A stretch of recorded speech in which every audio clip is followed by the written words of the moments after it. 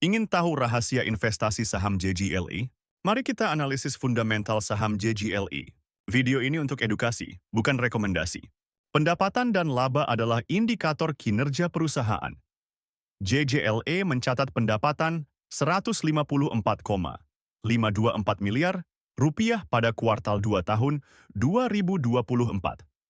Sayangnya, perusahaan masih mengalami kerugian bersih sebesar 33,535 miliar rupiah.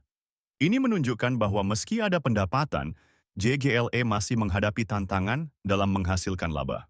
Profitabilitas menunjukkan kemampuan perusahaan menghasilkan laba.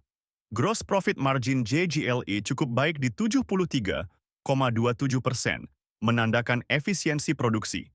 Namun, operating profit margin hanya 15,95% dan net profit margin negatif 21,7%. Ini mengindikasikan adanya beban operasional dan non-operasional yang signifikan, menyebabkan perusahaan belum mampu menghasilkan laba bersih. Posisi keuangan JGLE menunjukkan total aset 1,57 triliun rupiah dan ekuitas 1,11 triliun rupiah. Meski aset cukup besar, penting untuk memperhatikan kemampuan perusahaan menghasilkan laba dari aset tersebut. Kesehatan keuangan JGLE cukup baik dilihat dari debt to equity ratio 0,13, menunjukkan penggunaan utang yang rendah.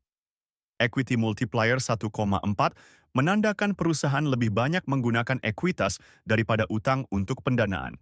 ROE dan ROA JGLE masing-masing 2,21% dan 1,57%, menunjukkan efisiensi manajemen dalam menggunakan modal dan aset masih perlu ditingkatkan.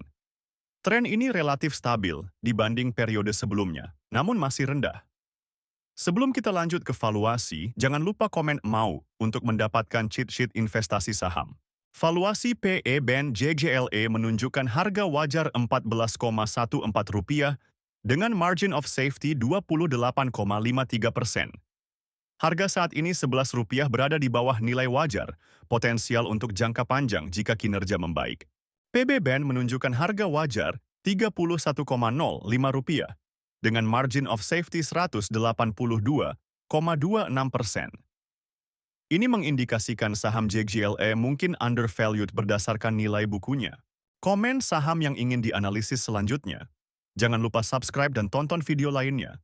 Download aplikasi investor melalui link di deskripsi untuk mulai investasi saham.